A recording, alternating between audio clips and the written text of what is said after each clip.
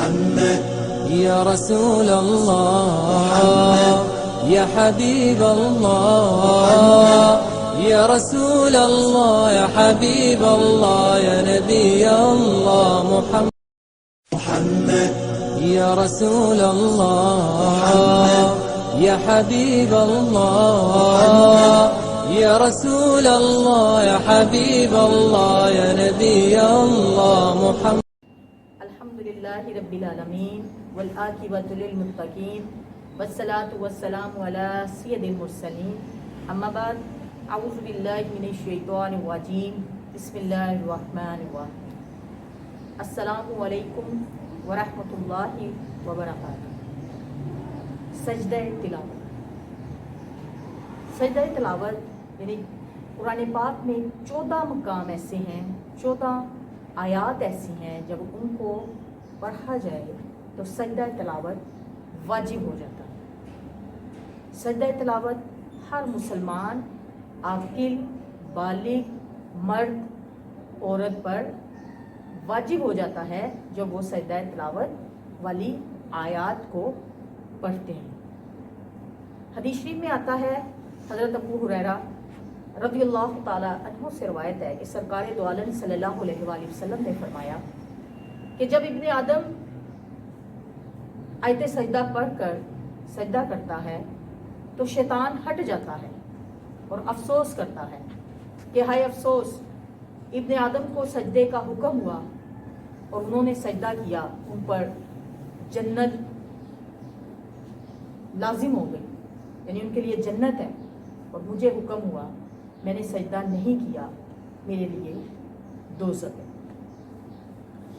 آیت سجدہ پڑھنے یا سننے سے سجدہ تلاوت واجب ہو جاتا ہے، چاہے کسی کا ارادہ تھا سننے کو یا نہیں، اور پڑھنا یعنی اتنی آواز سے کہ اپنے کانوں تک اپنی آواز سنائی دے، ایسی صورت میں سجدہ تلاوت واجب ہو جاتا ہے۔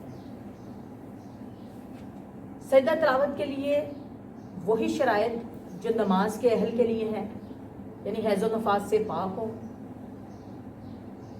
اور کیونکہ حیض و نفاس والی عورت کو نماز معاف ہے، اگر اس نے آیت سجدہ سنی بھی تو اس پہ سجدہ تلاوت نہیں ہے۔ تکبیر تحریمہ کے علاوہ نیت، قبلہ رخ ہونا، مکروہ اوقات کا نہ ہونا اور پاک صاف ہونا، یہ سجدہ تلاوت کے لیے شرط ہے، ضروری ہے۔ جو چیز نماز کو فاسد کرتی ہے وہ سجدہ تلاوت کو بھی فاسد کر دیتی ہے۔ سجدہ تلاوت کیسے ادا کیا جائے؟ یعنی اگر نماز کی حالت میں ہے، کسی نے نماز میں آیت سجدہ تلاوت کی تو اس پر لازم ہے کہ اسی وقت اللہ اکبر کہہ کے سجدے میں چلے جائے، یعنی سجدہ تلاوت ادا کرے۔ اگر کوئی روانی کے ساتھ آگے گزر گیا، یعنی اور آیات پڑھ لیں، 3 آیت پڑھ لیں یا اس سے زیادہ پڑھ لیں، اور اس نے سجدہ تلاوت نہیں کیا تو وہ گناہ گار ہوگا۔ اگر کوئی بھول گیا، بھول کر ایسا ہوا، تو اس پر اب سجدہ تلاوت کے ساتھ ساتھ سجدہ سہو کرنا بھی لازم ہے، اور سجدہ تلاوت ادا کرے گا اور اس کے بعد سجدہ سہو ادا کر کے اپنی نماز کو کمپلیٹ کرے گا۔ نماز کے علاوہ سجدہ تلاوت، نماز کے علاوہ سجدہ تلاوت، آپ نے قرآن پاک پڑھا یا آیت سجدہ پڑھی یا سنی، اسی ٹائم اگر سجدہ تلاوت کر لیا تو وہ افضل ہے، لیکن اگر کوئی بعد میں کرنا چاہے تو وہ بعد میں بھی کر سکتا ہے۔ یعنی اگر کوئی یہ کہے کہ چلیں 14 سجدے اکٹھے ہو جائیں، قرآن پاک کمپلیٹ ہو جائے، میں کر لوں گا یا کر لوں گی، تو وہ بھی ہو جائے گا۔ اس کا طریقہ کار کیا ہے کہ سیدھا کھڑے ہو جائیں اور اللہ اکبر کہہ کے سجدے میں چلے جائیں، سجدے کی جو تسبیح ہے اس کو پڑھ لیا جائے اور پھر اللہ اکبر کہہ کے واپس کھڑے ہو جائیں تو سجدہ تلاوت ادا ہو جائے۔ اس میں نہ ہاتھوں کو بلند کرنا ہے، نہ سلام ہے نہ رکوع ہے، صرف اللہ اکبر کہہ کے سجدے میں چلے جانا ہے، اور سجدے کی جو تسبیح ہے وہ کم از کم 3 دفعہ 5 دفعہ جو ہے وہ پڑھنی ہے. آپ کا سجدہ تلاوت ایک کمپلیٹ ہو. اگر کسی نے اکٹھے سجدے کرنے ہیں تو اسی طریقے سے وہ کرے گا.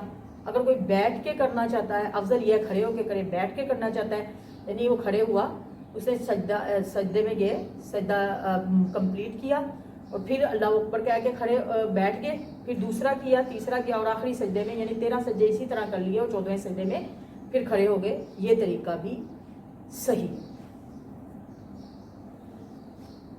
اور جس پر سجدہ تلاوت ہے یعنی جس نے آیت سجدہ پڑھی اسی پہ سجدہ تلاوت کرنا لازم ہے، کوئی اور اس کے حصے کا سجدہ تلاوت نہیں کر سکتا. پتہ یہ چلا کہ نماز کی حالت میں سجدہ تلاوت کب کرنا ہے اور نماز کے علاوہ قرآن پاک پڑھ رہے ہیں تو تب سجدہ تلاوت کیسے کرنا ہے. سجدہ تلاوت کرنا واجب ہے، سنت اور مستحب نہیں ہے، اس لیے اس کو ضرور کرنا چاہیے. بہت ضروری یہ مسئلہ ہے. اکثر لوگ یہ سمجھتے ہیں کہ اگر ہم کسی اور کے حصے کا کر لیں یا کوئی کسی کو کہہ دیں یا گھر میں قرآن خوانی کرائی ہے اور پتہ نہیں کسی نے کیا نہیں کیا اور جو قرآن خوانی کروانے والا ہے وہ سب کے حصے کا کر لیں، ایسا نہیں ہے. جس نے آیت سجدہ پڑھی یا سنی اسی پہ سجدہ تلاوت ہے. اگر کسی نے آیت سجدہ لکھی یا اس کی طرف دیکھا تو پھر سجدہ تلاوت نہیں، پڑھنا یا سننا. تو آج انشاءاللہ تعالی ہم نے سجدہ تلاوت کو کرنے اور کب کیا جاتا ہے اس کے بارے میں بیان کیا، اس کے بارے میں سیکھا. اللہ تعالیٰ سے دعا ہے کہ ہم سب کو شرعی مسائل کو اچھے طریقے سے سیکھنے، سمجھنے اور اس پر عمل پیرا ہونے کی توفیق عطا فرمائے. آمین ثم آمین.